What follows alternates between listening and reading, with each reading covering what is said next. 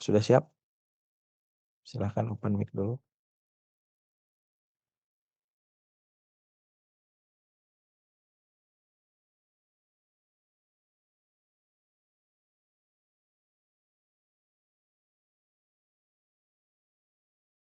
Halo Lukas,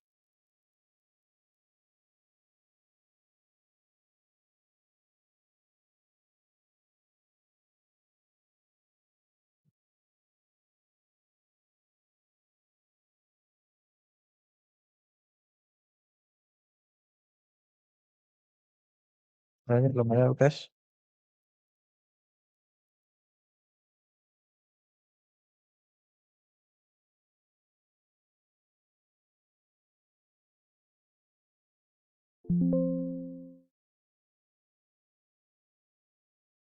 Suaranya Lukas, belum kedengaran suara kamunya.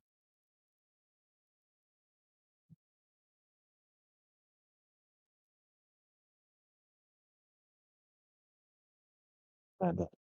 Oke. Nah, slide-nya silahkan dibuka, kemudian untuk presentasinya 10 menit ya. Nanti ada sesi tanya jawab. Oke, silakan.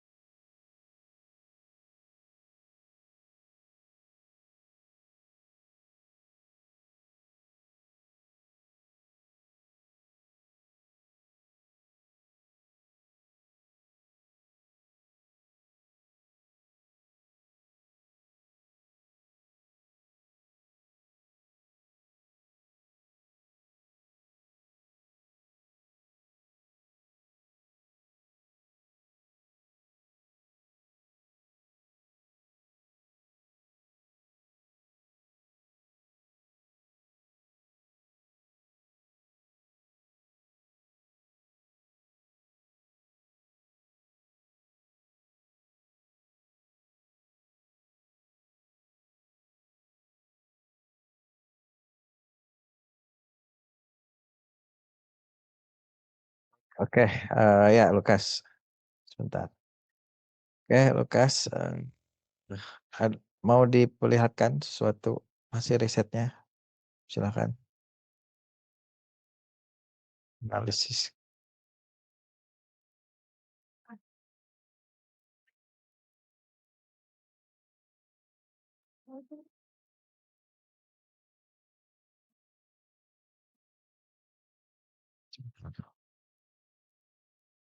Nah,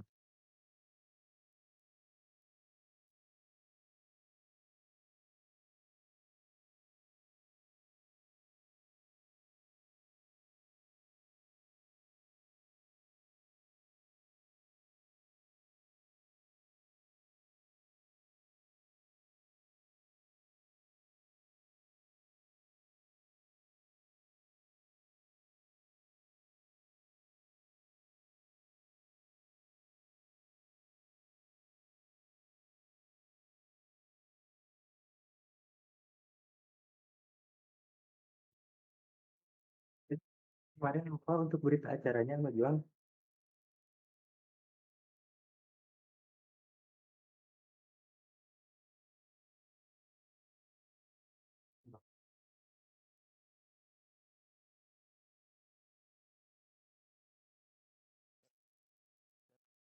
Dataset bisa dilihatin nggak?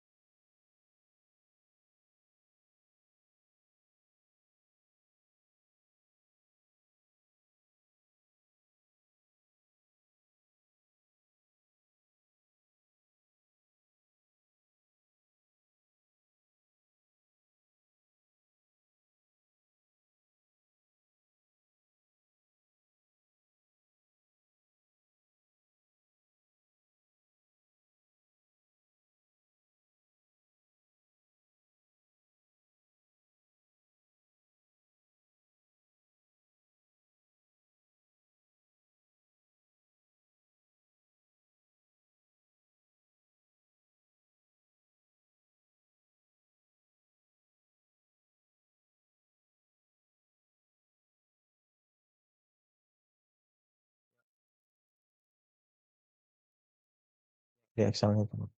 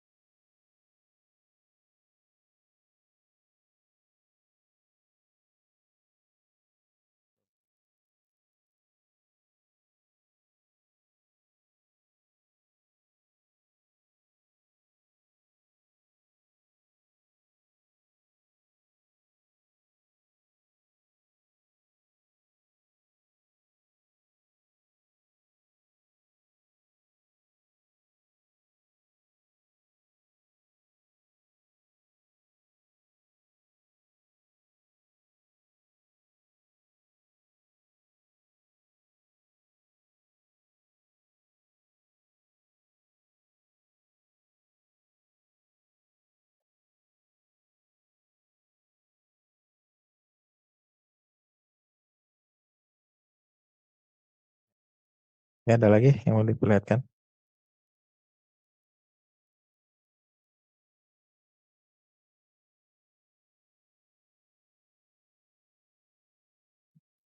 Sambil saja ya nanti. Oke, baik terima kasih Lukas. Selanjutnya kita masuk ke sesi tanya jawab. Silakan Bu Ivana.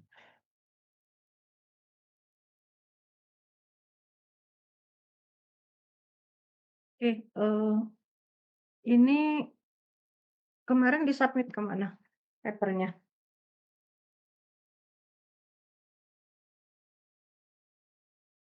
Belum selesai? Belum di-submit berarti? Dia agak ini ya, dipercepat gitu, di-push gitu. Kalau riset ya emang harus ada yang sudah publish atau sudah LOA. Berapa bulan mengerjakan, riset ini?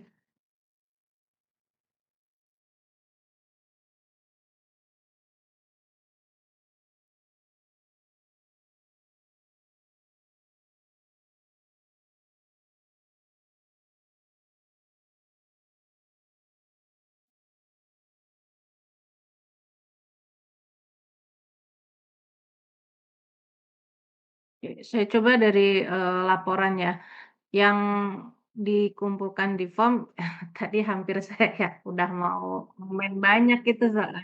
Iya, kan disusulkan ya. Kalau yang dari itu udah ini banyak revisinya katanya. Oke, yang dari revisi laporan yang, baru saja dikirimkan, saya coba ini ya dari tolong dicatat ya Lukas ya, takutnya, nanti kalau ada revisi jangan nanya lagi ke saya, "Apa sih Bu revisinya?" Gitu, tolong dicatat. Oke, terus, pertama mengenai judul ya, analisis pola serangan brute force pada perangkat IoT menggunakan dataset IoT dan, visualisasi, Extract Kibana. Nah, di sini Lstack-nya tadi kan platform ya, berarti ya? Berarti yang kamu mau mau diangkat atau mau di-highlight itu penggunaan si platform ini? Itu yang mau jadi menggunakan platform Techstack gitu? Oke, sekarang kita ke konteks ya, ke bab satu, laporan bab satu. Saya tidak terlalu ekspertis ya di bidang per-IoT-an gitu. Jadi saya coba, eee, lihat di sini untuk latar belakang, oke ini lebih baik dari yang tadi saya baca di, eee, Google Form, cuman di sini saya tidak melihat sitasi di latar belakang, di bab satunya aja udah nggak ada sitasi nih. Bagaimana kamu tahu nih, informasi yang kamu taruh di latar belakang? Dapat dari mana ini?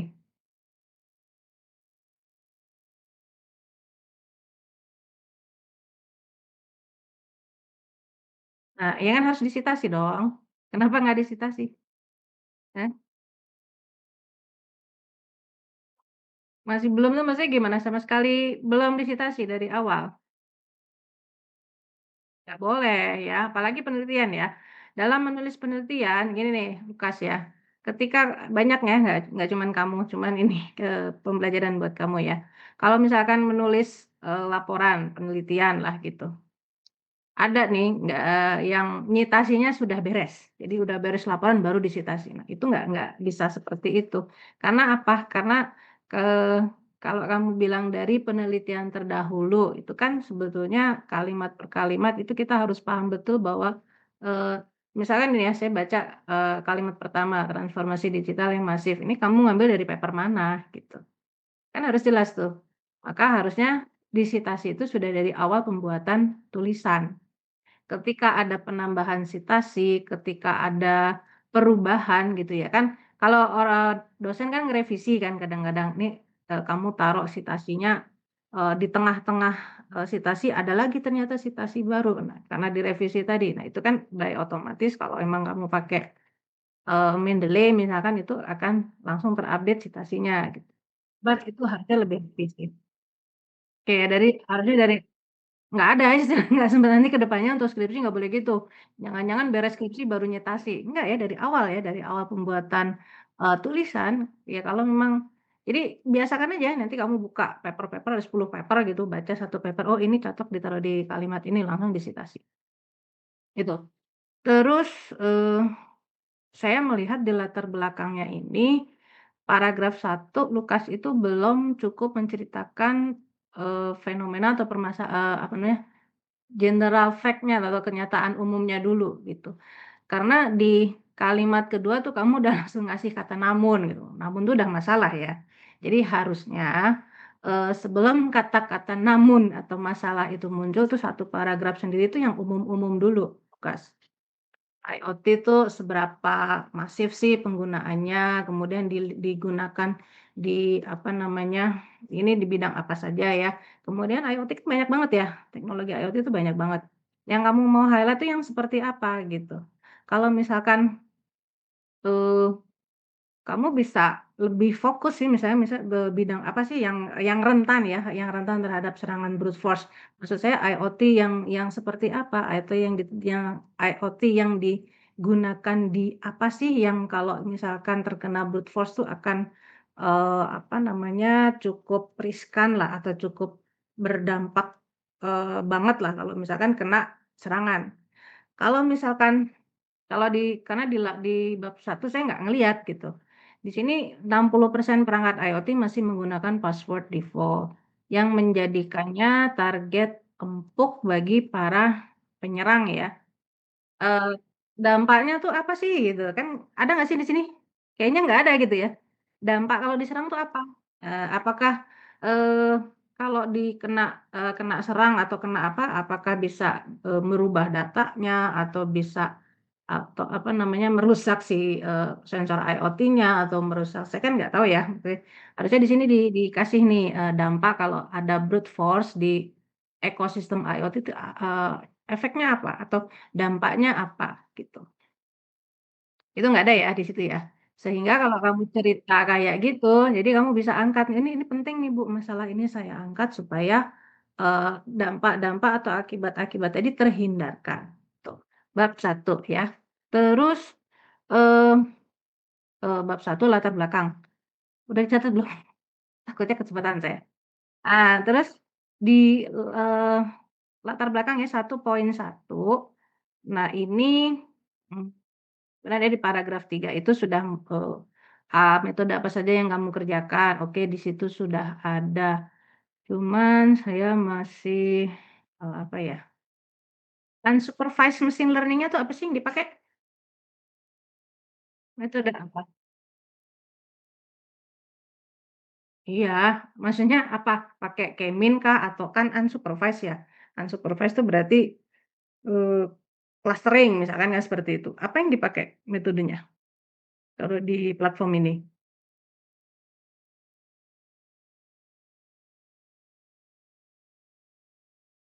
Ada dong harusnya.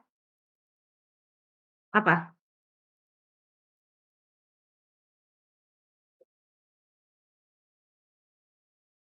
Nggak tahu, kamu kan pakai ELK kan? ELK tuh tinggal tarik-tarik aja kan, tinggal klik doang kan? Waktu kamu ngerjain, apa namanya, machine learning-nya ada metodenya kan di situ, ada namanya kan harusnya mah? Apa?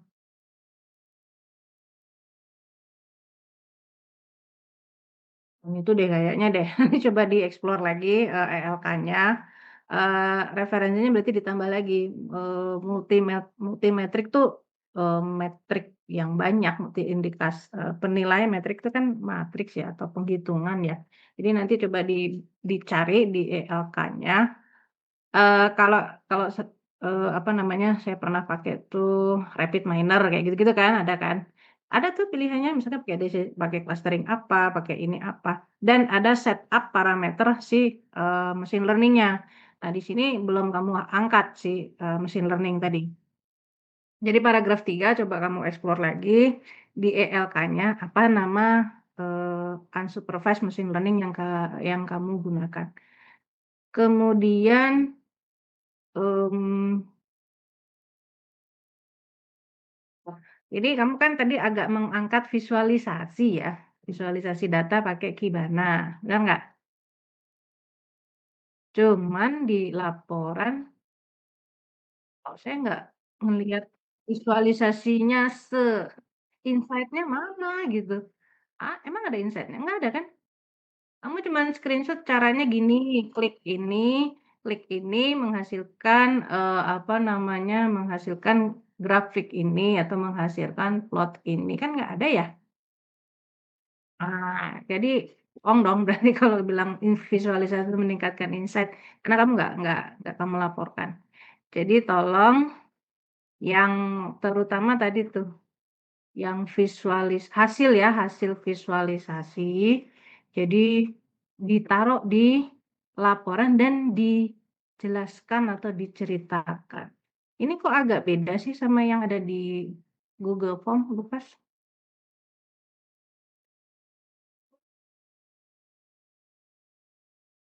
Tapi di Google Form malah saya ngelihat banyak grafik yang terakhir dikirim kok malah nggak ada grafik-grafik yang kamu bikin. Mana yang bener nih? Saya baca yang di Google Form tuh banyak banyak grafik tuh. Traffic di DOS per waktu. Ini grafik yang udah jadi kan. Nah, tapi di laporanmu malah nggak ada yang baru. Nggak ada kan? Jadi gimana? Jadi saya pikir yang baru lebih lebih lengkap. Enggak juga ya ternyata.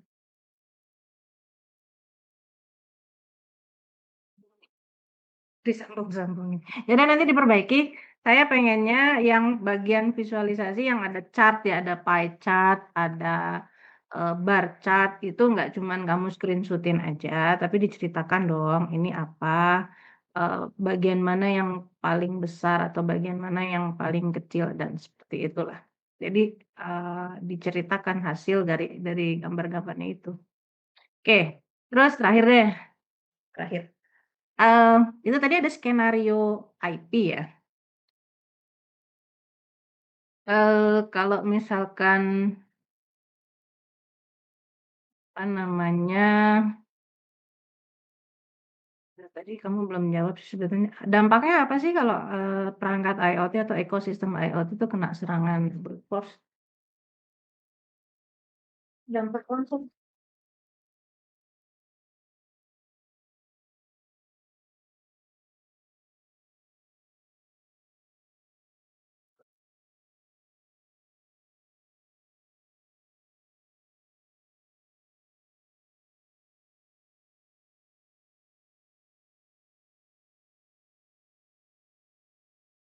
Kan memang bisa masuk ke ininya, eee, apa namanya ya, kalau misalkan perangkat IoT misalkan kayak Arduino ya, nggak terlalu paham juga tuh. Kita pakai, Raspberry Pi. Itu kan mereka ngodingnya pakai platform ya, dan kayak IDE-nya gitu ya, Arduino IDE, bener nggak sih? Nah, bisa masuk ke situnya juga, kalau kita tahu password ininya.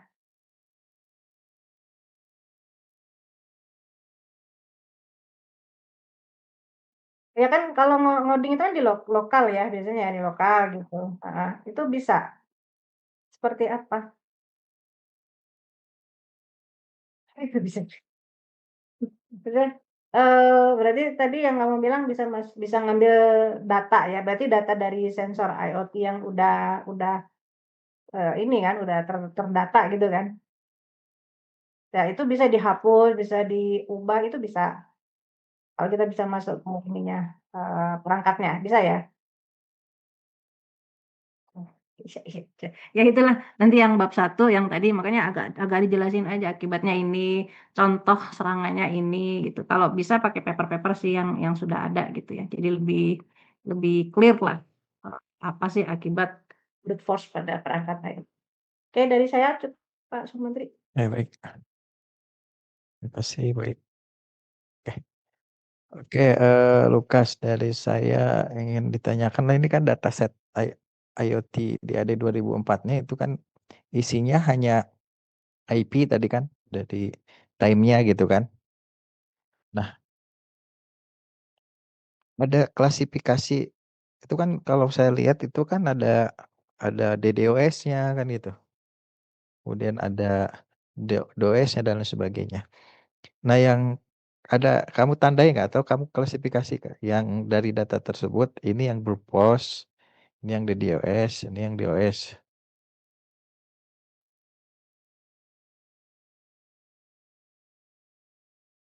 Nah, ya maksud saya kamu menentukan karena itu kan datanya nyampur ya, kamu menentukan bahwa itu brute force dari mana?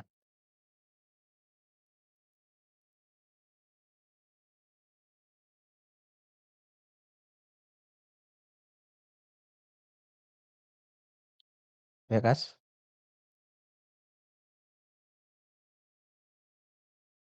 Coba buka, coba klik Excel-nya, coba lihat.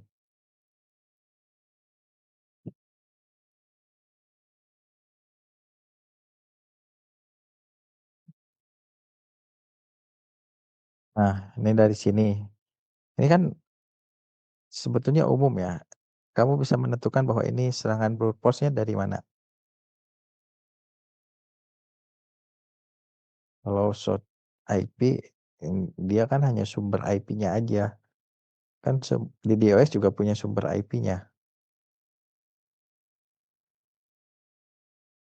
Ya, tahu dari brute force-nya dari mana coba?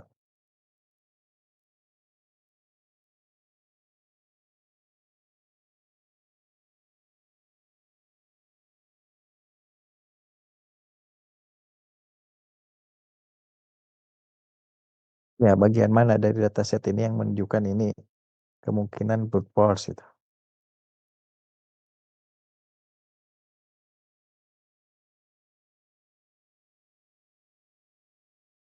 Nah, kamu harus pastikan itu. Karena ini sebetulnya saya belum dapat nih poin kamu tentang brute force dan juga eh, yang kamu analisis itu seperti apa gitu. Karena dari datanya pun ini belum ada klasifikasi, ya minimal dipisahin lah mana yang brute force, mana yang serangan lain gitu kan. Eh, itu kan banyak, kalau nggak salah banyak kan itu data itu. Nah, kemudian dari sana baru kamu ambil yang brute force-nya gitu kan. Tahu, kamu tahu kan maksud brute force kayak gimana? Maksudnya gimana? Apa maksud versi kamu brute force itu?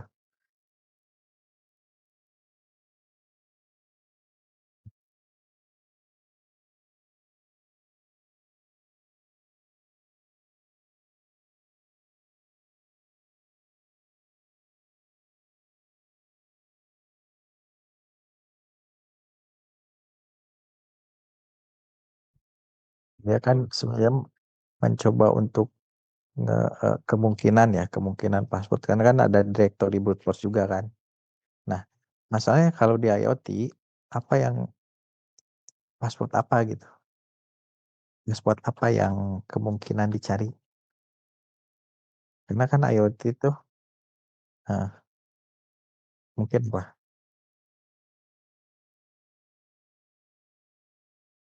Enkripsi. Contoh, kasih contoh. Karena IoT itu kan global ya. Nah, maksudnya enkripsi yang mananya?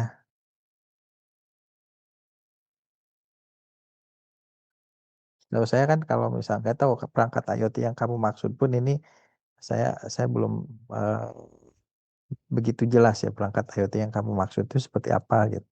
Perangkatnya gitu ya. Nah kan setahu saya kalau misalkan perangkat IoT kayak Arduino gitu kan, dia kan sebetulnya secara default nggak pakai password tuh. Nah itu yang kamu harus jelaskan juga tuh, ya. Entah atau misalkan mungkin studi case-nya ada sebuah topologi khusus itu, yang misalkan untuk monitoring kayak monitoring cuaca lah ya yang terhubung satu sama lain gitu.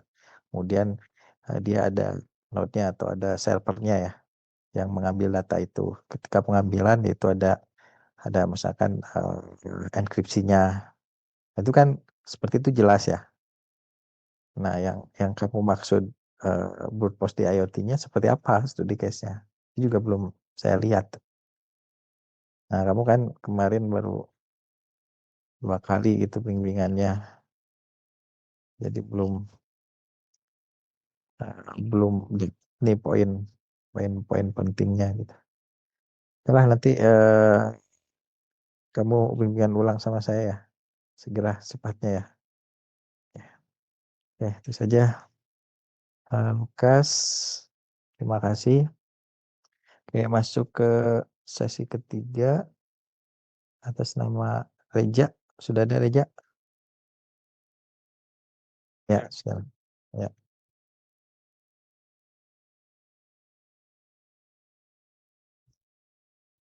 segera tindak lanjuti ya Lukas ya. Oke, Reja, sudah siap Reja? Siap, Pak. Oke, Reja tolong open cam ya.